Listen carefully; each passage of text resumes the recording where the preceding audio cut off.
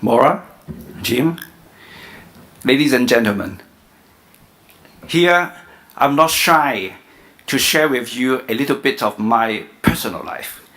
And I have subscribed to a health formula for a few years, following an advice to keep ones to live longer and happier. It consists of 4 tips. Drink more water, have a good sleep, sing often, walk more. And the beauty of this formula is that they are doable every day and largely free of charge. And doing them every day, I'm not sure if I can add days to my life. I'm sure I'm adding life to my days.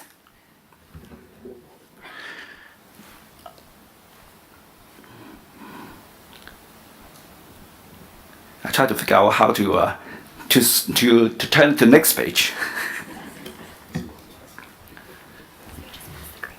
Oh, green, okay. And here we are at the Hong Kong Convention and Exhibition Center. It is not far away from my office at Tema, 1 kilometer, a walkable distance, which takes me 12 to 15 minutes. And from time to time, I come to this area to have lunch and go back on foot. A short walk is usually a good exercise after a meal. And about a month ago, I planned to do the same. Unfortunately, when I'm about to leave the office, there came a heavy shower.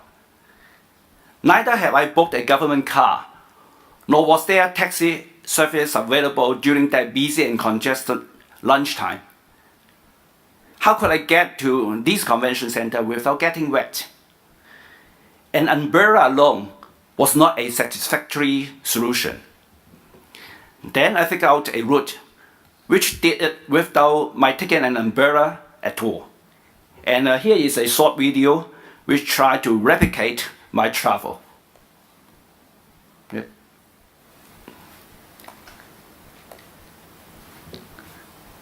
It doesn't work. Can somebody help me to to get the video work?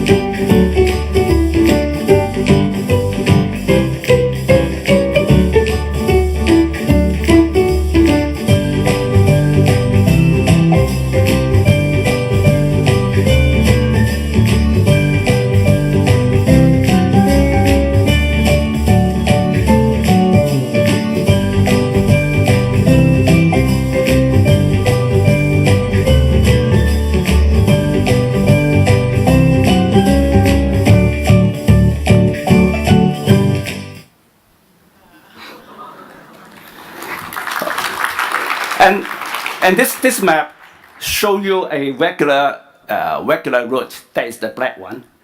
And the alternative, which is a walk plus tube, I call it. Walk plus tube, tube means underground, is an all-weather alternative, which only takes another 5 minutes more. This video, of course, is an reenactment, and it was taken on another day, a fine day. But at that raining noon without an umbrella, I wasn't late nor wet.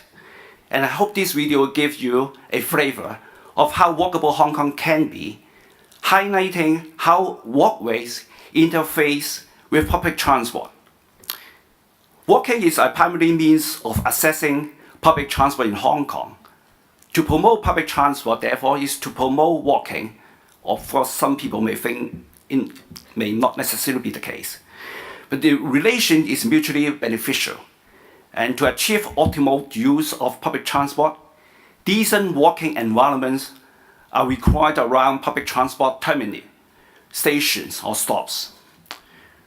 When we talk about a walkable city, pictures may usually arise in our minds, like broad walkways alongside spectacular architecture, tree-lined pavements, pedestrian-only prisons, arcade with markets and shops, public squares, roadside cafes, benches, drinking fountains, and stylish street lamps. And in essence, strolling along the street, hassle-free from moving vehicle. That is what we usually conjure up. And all these allow pedestrians to shop and window shop, stop and go, to see and to be seen in a free and enjoyable manner.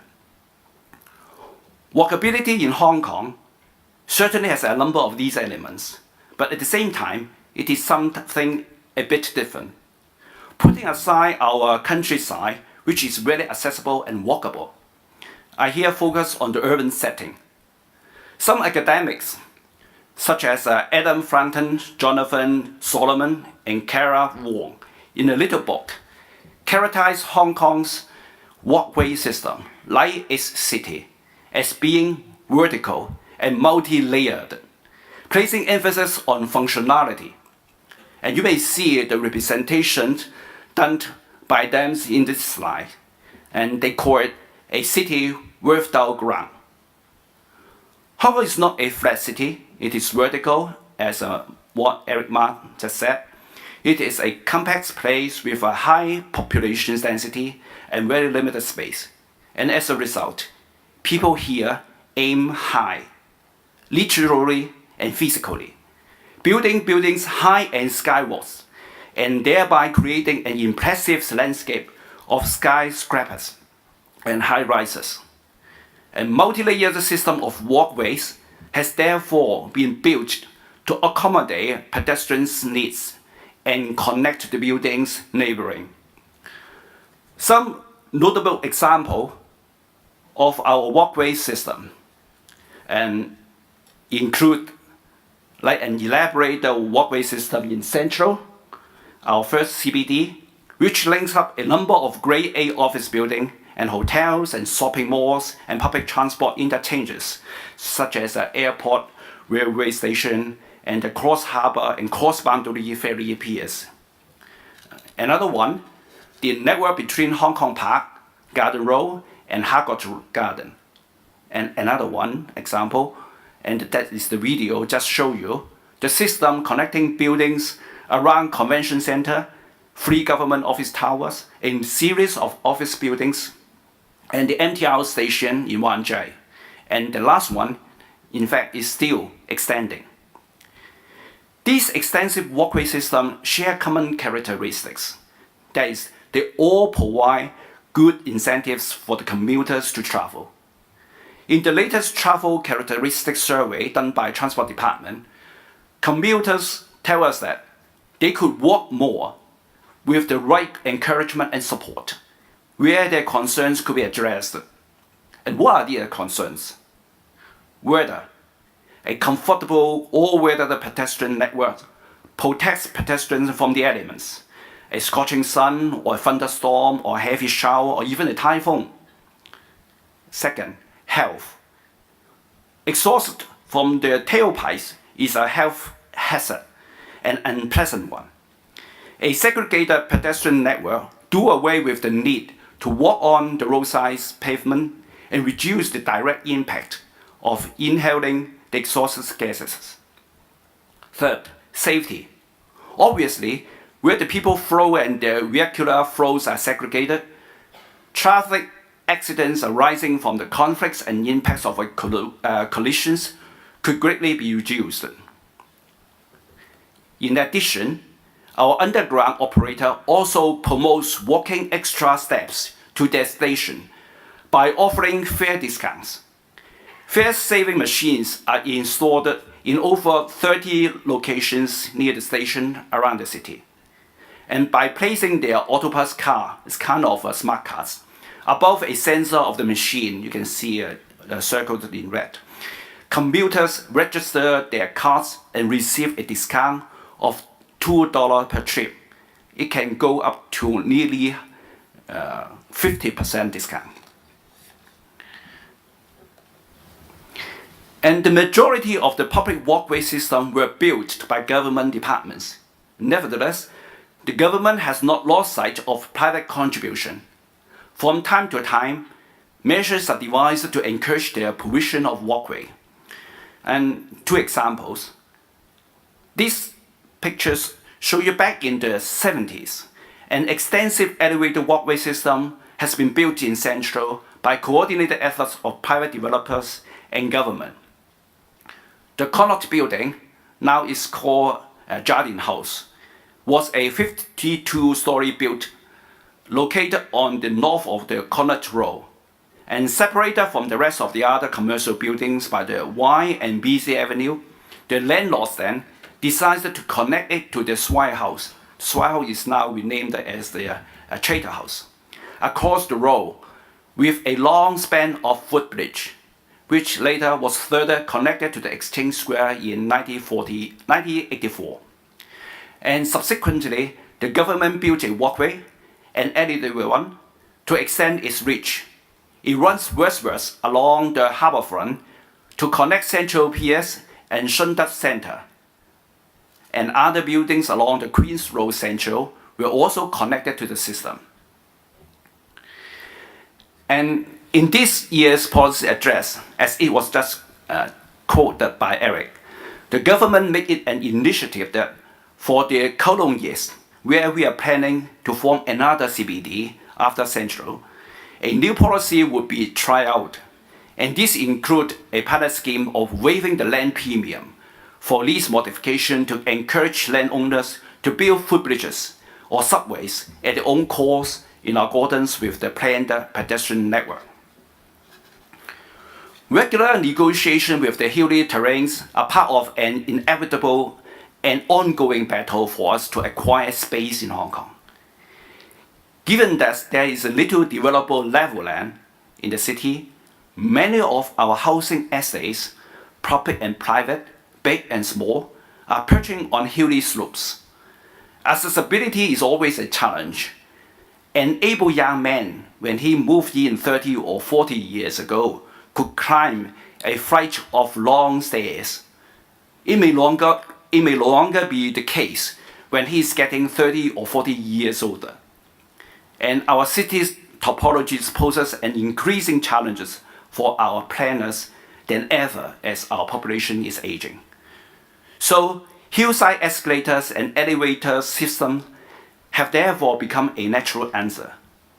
And the most famous example is the Central Mid-Levels Escalator Link, which is the longest outdoor covered escalator system in the world.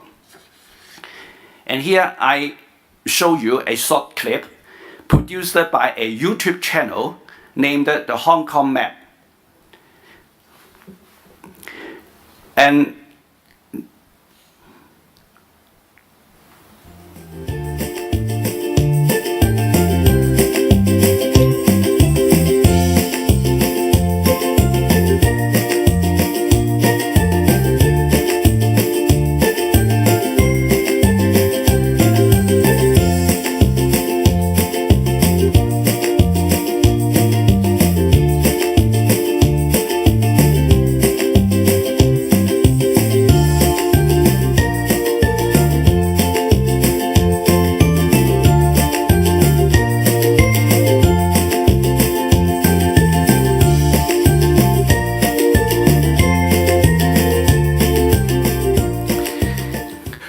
though this clip is not as popular as the one shot by the film director Wang Kar-wai in the movie Chongqing Express, and this video equally captured the essence of the unique walkway system.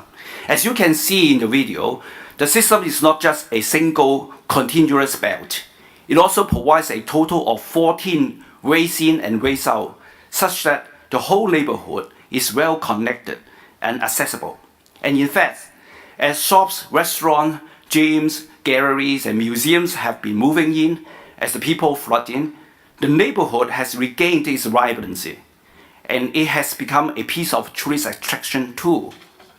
And this walkway provides an interesting model, and we have been taking forward a number of similar projects in several districts.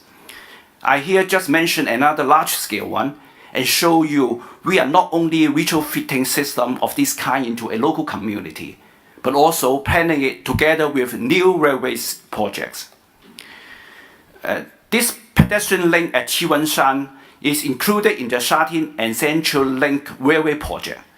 Some part of the walkway system have been opened for public use since last year, long before the rail line is finished, and the rest of the walkway is expected to be completed by phases between now and next year. This long walkway runs through a number of public housing estates. Upon completion, over 100,000 of Qiwenshan's residents and students in that neighborhood will enjoy an easy access to Diamond Hills rail station, where they can take either one of the two underground lines, the SCL and the Guntong lines. And commuters will also find it convenient to going to nearby public utilities such as markets or post offices. And in fact, we are studying about 18 schemes of hillside escalator of this kind at the moment, and consider to take forward them, subject to each and every one's priority, feasibility, and availability of resources. For each of these schemes, before authorization, residents, users, stakeholders at the district level will be fully consulted. Next one. It is never an easy task to enhance the city's walkability. We have been sharing a few good stories, but people like you, who know very well about policy making and urban planning, will probably understand that not all policy initiatives can achieve an intended result. I would like to show here a case of how a pedestrian scheme has been turned to something else by people's behavior at street level. Since year 2000, the Transport Department has implemented more than 70 pedestrian schemes in various parts of Hong Kong. These pedestrian schemes impose different degree of restriction or excluding vehicular access to provide a more pedestrian-friendly passages. In case of Mong Kok's pedestrian schemes, not long after the scheme was carried out, the open space offered by the disappearance of motor vehicles has attracted not only pedestrians, but also street hawkers, street performers, salespeople of all sorts, political activities, and the like. And as you can see in the video,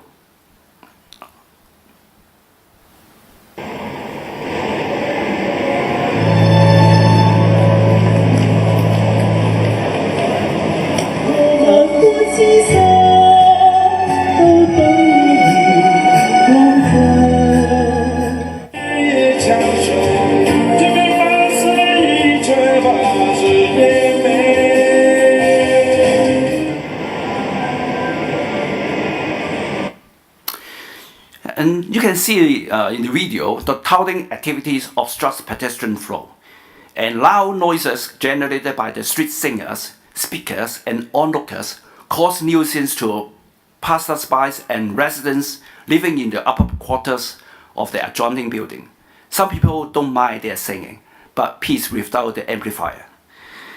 And hygiene is a big concern too, owing to the litters and wastes left behind by such activities.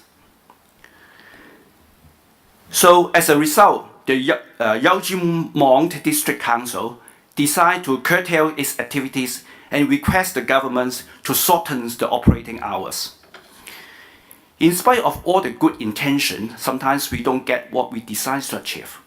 And therefore, when we are building physical infrastructure, we should not forget to foster a new mindset and habit, a new lifestyle, to promote a mindset which embraces and accommodates walking and does not mind to pay an effort to contribute, to pay some price for a bigger common good.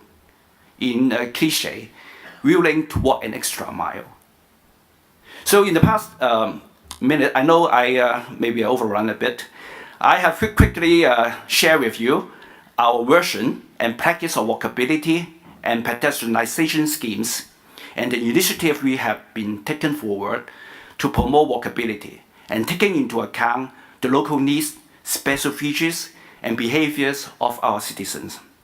So I'm looking forward to sharing more with you later, and my health formula is to share with you for free. Thank you.